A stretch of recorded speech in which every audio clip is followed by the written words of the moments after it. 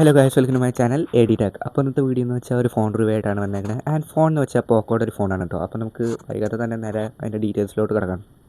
അപ്പോൾ ഞാൻ പറഞ്ഞു വരുന്ന ഫോൺ പോക്കോയുടെ M8 Pro ആണ് കേട്ടോ.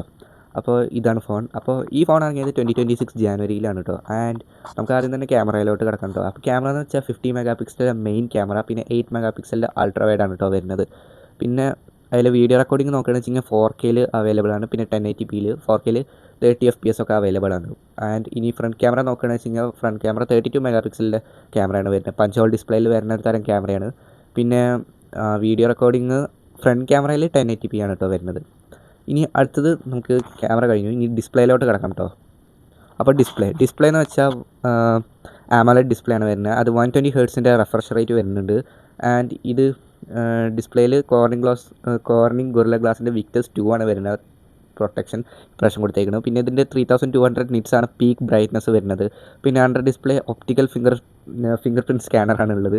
പിന്നെ ഇനി ഡിസ്പ്ലേ കഴിഞ്ഞു, ഇനി അടുത്തത് നമുക്കിതിൻ്റെ ബിൽഡ് ക്വാളിറ്റിയും കാര്യങ്ങളും നോക്കാം കേട്ടോ. ബിൽഡ് നോക്കുകയാണെന്ന് വെച്ച് കഴിഞ്ഞാൽ ഇതിൻ്റെ ബാക്കൊക്കെ പ്ലാസ്റ്റിക് ടൈപ്പിലാണ് വരുന്നത്, ആൻഡ് ഫ്രണ്ട് ഗ്ലാസ് ആയിട്ടും ഡിസ്പ്ലേ ഭാഗത്ത്. പിന്നെ ഇതിൻ്റെ ബാക്കി കാര്യങ്ങൾ വിചാരിച്ചാൽ ഇതിൻ്റെ റേറ്റിംഗ് ഇത് IP68 റേറ്റിംഗിൽ വരുന്നതാണ്. പിന്നെ ഇതിൻ്റെ ചിപ്സെറ്റ് നോക്കുകയാണെന്ന് വെച്ച് കഴിഞ്ഞാൽ സ്നാപ്ഡ്രാഗണിൻ്റെ 7S Gen ആണ് കേട്ടോ വരുന്നത്.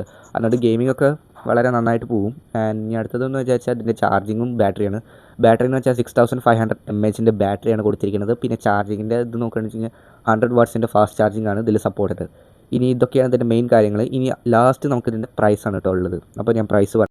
സോ ഗൈസ്, ഇതിൻ്റെ പ്രൈസ് എന്ന് വെച്ചാൽ 24,999 28,999 വരെ കാണിക്കുന്നുണ്ട്. ആൻഡ് ഞാൻ നോക്കുകയാണെന്ന് വെച്ച് കഴിഞ്ഞാൽ ഇത് 2 തരം സ്റ്റോറേജിലാണ് വരുന്നത്. ഒന്ന് 256-ലും 512-ലും ഞാൻ പറയാൻ വിട്ടുണ്ടായിരുന്നത്. ആൻഡ് ഇതിൽ സപ്പോർട്ട് ചെയ്യുന്നത് UFS 2.2 ആണ് കേട്ടോ വരുന്നത്. ഇത് ഓവറോൾ നോക്കുകയാണെന്ന് വെച്ച് കഴിഞ്ഞാൽ it's A good mid range phone.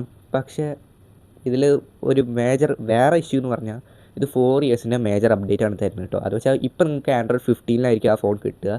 പക്ഷേ ഇത് 4 വർഷത്തെ അപ്ഡേറ്റ് ഉള്ളൂ. അത് കഴിഞ്ഞാൽ ഔട്ട്ഡേറ്റ് ആവുമെന്നാണ് ഇവർ പറയുന്നത്. സോ ഇത് മാത്രമാണ് പ്രശ്നമായിട്ട് എനിക്ക് തോന്നിയിരിക്കുന്നത്. പക്ഷേ ബാക്കി എല്ലാ കാര്യങ്ങളും it's A good phone overall.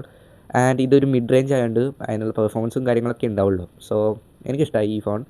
അപ്പോൾ ഇത്രയുള്ള ഇന്നത്തെ വീഡിയോ ഇഷ്ടമായിച്ചെങ്കിൽ ലൈക്ക് ചെയ്യുക, ഷെയർ ചെയ്യുക, സബ്സ്ക്രൈബ് ചെയ്യുക. അപ്പോൾ ഇത്രയുള്ള ഇങ്ങനത്തെ ഇൻട്രസ്റ്റിംഗ് വീഡിയോസ് മിസ്സാവാണ്ടിരിക്കാനായിട്ട് ആ ബെൽ ബട്ടണും കൂടി അമർത്തിക്കട്ടോ. അപ്പോൾ ശരി, അടുത്ത വീഡിയോയിൽ കാണാം.